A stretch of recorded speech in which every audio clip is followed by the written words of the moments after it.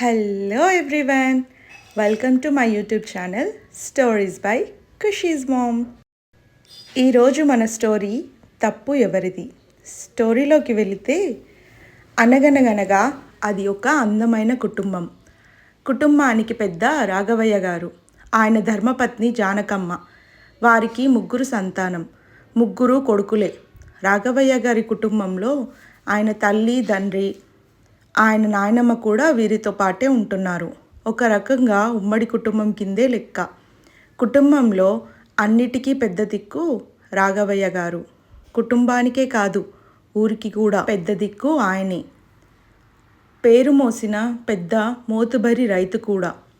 తన తండ్రి నుంచి ఆస్తిగా సంక్రమించిన భూమిని 3 చేసి చాలా డబ్బు సంపాదిస్తారు. తరతరాలు కూర్చొని తిన్నా తరగనంత ఆస్తిని సంపాదిస్తారు.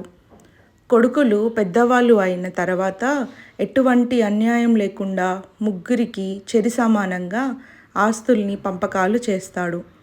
ఊర్లో వాళ్ళంతా కూడా బతికుండగానే అప్పుడే ఆస్తుల పంపకం ఏంటి అని అడుగుతారు. దానికి ఆయన ఒకటే సమాధానం చెప్తాడు, ఎప్పటికైనా ఆస్తులు చేరేవి వాళ్ళకే కదా, ఇప్పుడు అయితే ఏంటి, తర్వాత అయితే ఏంటి అని నవ్వేశాడు. కాలం గడుస్తూ ఉంటుంది. రాఘవయ్య గారి తల్లిదండ్రులిద్దరూ మరణిస్తారు, నాయనమ్మ కూడా. పిల్లలు 3కి పెళ్ళిళ్ళు చేసేస్తారు. పెద్దవాడు వ్యవసాయాన్ని తన వృత్తిగా స్వీకరిస్తాడు. 2వవాడు ఫార్మా రంగంలో ఉంటాడు. 3వవాడు సాఫ్ట్వేర్ ఇంజనీర్గా వారి వారి వృత్తుల్లో స్థిరపడతారు. పెద్దవాడు చాలా నెమ్మదస్తుడు, సంస్కారం, వినయం కలిగినవాడు. పెద్దలంటే గౌరవం, మర్యాదలు ఉన్నవాడు. ముఖ్యంగా తల్లిదండ్రిని దైవంతో సమానంగా చూస్తారు. పెద్ద కోడలు కూడా అంతే. 2వవాడు మధ్యస్థం కాబట్టి తన ప్రవర్తన కూడా అలాగే ఉంటుంది. ఇంకా ఆయన భార్య కూడా మహా తెలివితేటలు. 3వవాడు అందరికంటే తెలివైనవాడు, ఆఖరివాడు కదా. ఆయన కంటే తెలివైనది తన భార్య. ఆస్తులు పంచిన నుండి 2వవాడు, 3వవాడు తల్లిదండ్రులను సరిగ్గా పట్టించుకోరు. వారి ప్రవర్తన రాఘవయ్యను ఏ రకంగా కూడా బాధ పెట్టలేదు. మనుషులు ఇలాగే ఉంటారు అనుకునేవారు. హఠాత్తుగా జానకమ్మ మరణించడంతో రాఘవయ్య గారి బాధ 1000 రెట్లయింది. ఒంటరితనంలో ఉన్న ఆయనకు పట్టించుకునే నాదుడే కరువయ్యాడు. చక్కగా చూసుకునే పెద్ద కొడుకు, కోడలు కూడా మిగతా వాళ్ళతో వంతులు వాటాలు వేసుకొని ఈ ముసలివాణ్ణి భరించడం నా వల్ల కాదు, ఒక్కొక్కరం 4 నెలల చొప్పున ఒక్కో ఇంట్లో ఉంచుకుందాం అనుకొని ఒక నిర్ణయానికి వస్తారు. ఉన్న ఇంటిని కూడా పెద్దవాడు ఆక్రమించుకున్నాడు. 2వవాడు అదే ఊర్లో పెద్ద భవంతి కట్టిస్తాడు.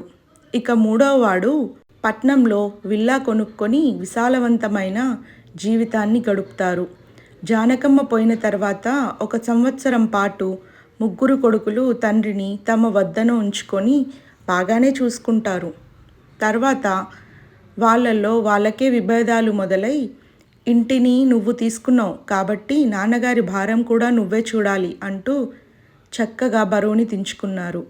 ఆ కోపం అంతా పెద్దవాడు, ఆయన భార్య ఇద్దరూ కూడా రాఘవయ్యపై చూపిస్తూనే ఉన్నారు. నలుగురితో కూర్చొనివ్వకుండా ఆయనకు ఒక రూమ్ కేటాయించి ఆ రూమ్లో నుంచి బయటకు రాకుండా భోజనం, టిఫిన్ అన్నీ అక్కడికే పని వాళ్ళ చేత పంపించేవారు. ఇలా 1 సంవత్సర కాలం గడిచింది. రాఘవయ్య ఈ పరిస్థితి మరీ దారుణంగా తయారైంది. వయసు ప్రభావం వల్ల నిలబడి లేని స్థితి, తమంతట తాముగా ఏ పని చేసుకోలేని పరిస్థితులు రాఘవయ్యవి. మిగిలిన కొడుకులు సంవత్సరంలో ఒక్కసారి కూడా తండ్రిని చూడటానికి రాలేని స్టేజ్లో ఉన్నారు. రాఘవయ్య ఇంకా ఎంతకాలం ఇలాంటి దీనమైన జీవితాన్ని గడపాలి అనుకుంటూ కాలాన్ని వెల్లదీస్తూ ఉన్నాడు. పెద్ద కోడలు పరిస్థితి మరీ విపరీత ధోరణికి చేరుకొని అందరూ ఉండేటప్పుడు మావయ్య మావయ్య అంటూ ఎవ్వరూ లేనప్పుడు ఆయన్ని చేయి కూడా చేసుకునేంత వరకు వెళ్ళింది. పెద్ద కొడుకు ఇది చూస్తున్నా పట్టించుకోనట్టు ఉండిపోయాడు.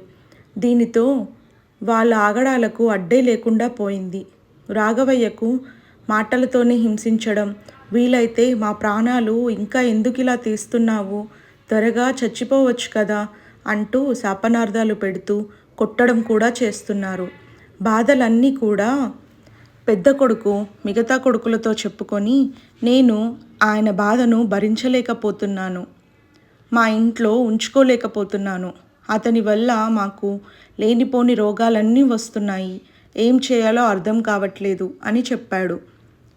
ఇద్దరు తమ్ముళ్ళు కూడా, ఎందుకన్నయ్య అంత బాధపడతావు, ఆయనకు వయసైపోయింది, మనమా ఆయన కింద చేయలేము, అందుకే పట్నంలో ఓల్డేజ్ హోమ్ ఉంది, అక్కడ జాయిన్ చేద్దాం సరేనా అంటారు. సరేరా, ఈ ఆలోచన బాగానే ఉంది, కానీ మరి డబ్బులు ఎలా అని అడుగుతాడు పెద్దవాడు. ఏముంది, ముగ్గురం నెలకు ఎంతో అనుకొని ముష్టి పారేసినట్టు ఇచ్చేద్దాం, ఆయన అక్కడే ఉంటాడు, మనకు ఎప్పుడు వీలైతే అప్పుడు ఒకసారి వెళ్ళి చూద్దాం, ఏమంటారు అనుకొని మరుసటి రోజే రాఘవయ్యకు చెప్పా పెట్టకుండా ఒక ఓల్డేజ్ హోమ్లో జాయిన్ చేస్తారు. తన పరిస్థితి ఏంటో అర్థం కాకుండా, రాఘవయ్య నన్ను ఇక్కడ ఎందుకు జాయిన్ చేశారు, అందరికీ అంత పెద్ద పెద్ద ఇల్లులు ఉన్నాయి కదా, నన్ను ఉంచటానికే కనీసం మీ దగ్గర 3 అడుగుల ప్లేస్ కూడా లేదా అని అడిగితే, ఏమో పిచ్చి పిచ్చి కారణాలన్నీ చెప్పి అక్కడ నుండి బయటపడతారు ముగ్గురు కొడుకులు. హోమ్లో జాయిన్ చేసిన మొదలు ఒక్కరోజు కూడా తండ్రి ఎలా ఉన్నాడు ఏంటి అన్నది కూడా అడిగిన పాపాన పోలేదు. నెలకు హోమ్కి అకౌంట్లో నుంచి మనీ ట్రాన్స్ఫర్ చేయడం తప్ప ఇంకొక పని లేదు వాళ్ళకి. రాఘవయ్యకు పరిస్థితి మొత్తం కళ్ళ ముందు కదలాడుతూ ఉంటుంది. ఎంత అందమైన కుటుంబం, భార్య మరణంతో తన స్థానం ఆఖరికి ఇలా అనాథగా బతకాల్సి రావడం జీర్ణించుకోలేని అంత కష్టం ఉంటుంది. తనకంటే దారుణమైన ఈ పరిస్థితిలో ఉన్న వాళ్ళ అక్కడ ఉంటారు, వాళ్ళతోనే సహచర్యం చేస్తాడు.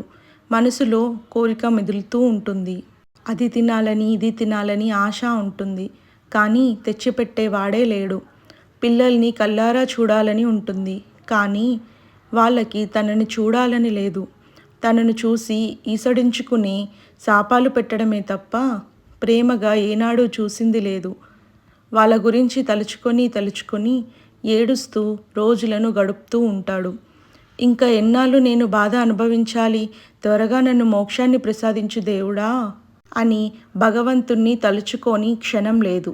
రాఘవయ్యను చూస్తే ఎవ్వరికైనా జాలి కలుగుతుంది. ఆ ఊరిలో నుండి చాలామంది రాఘవయ్యను చూసి వెళ్ళడానికి అప్పుడప్పుడు ఓల్డేజ్ హోమ్కి వస్తూ ఉండేవారు. వారితో తమ బాధను చెప్పుకుంటూ ఉండేవాడు. దేవునికి దయ కలిగిందో ఏమో, ఒకరోజు తెల్లవారుజామునే రాఘవయ్య నిద్రలోనే తుది శ్వాస విడిచాడు. హోమ్ వాళ్ళు పెద్ద కొడుక్కి వెంటనే కబురు అందించారు. చనిపోయిన మరుక్షణం పెద్ద కొడుకు తండ్రి శవాన్ని తీసుకొని తన పరువు నిలబడడం కోసం ఇంటి వద్ద ఉంచుతాడు. మిగతా కొడుకులు లేనిపోని ఏడుపులు ఏడ్చి అందరి దగ్గర మెప్పును పొందాలని చూస్తారు. శవానికి నిప్పు పెట్టి 11 రోజు కార్యక్రమాలు మహాఘనంగా జరిపిస్తారు. అనేక రకాల వంటకాలతో ఎక్కువ మందికి భోజనాలు పెడతారు. బట్టలు దానం చేస్తారు.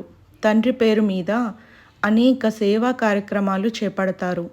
కానీ ఇంటికి వచ్చిన తర్వాత గోడకు వేలాడుతున్న రాఘవయ్య గారి ఫోటోని చూసి పశ్చాత్తాపంతో తాము చేసిన పనికి, రాఘవయ్య గారికి తలపెట్టిన అన్యాయానికి సిగ్గుతో తలదించుకొని ఉన్నారు. చనిపోయే ముందు తమ అవసరం ఉండేటప్పుడు తండ్రిని ఒక అనాథగా వదిలేసి, సరి అయిన తిండి పెట్టలేక, సరి అయిన బట్టలు ఇవ్వలేక ఓల్డేజ్ హోమ్లో తోసేసిన వారు ఇప్పుడు ఎన్ని దానాలు చేసి సేవా కార్యక్రమాలు చేపట్టినా అంత మాత్రాన తండ్రికి చేసే అన్యాయం పోతుందా? తప్పు ఎవరిది? మీరే నిర్ణయించాలి. సమాజంలో ఇటువంటి రాఘవయ్యలు ముసలితనంలో వారికి అండగా ఉండాలి, అంతేకాని చీదరించుకొని అనాథులుగా వదిలేయకూడదు. వాళ్ళు ఉండేటప్పుడు పంచలేని ప్రేమ చనిపోయిన తర్వాత ఎన్ని చేసినా వారు అనుభవించలేరు. ఇది ఫ్రెండ్స్ ఇవాళ మన స్టోరీ. ఈ స్టోరీ మీకు నచ్చిందని అనుకుంటున్నాను. Thanks for watching. ఈ స్టోరీ మీకు నచ్చినట్టయితే సబ్స్క్రైబ్ చేసుకోండి. Please share, like and comment. Thank you.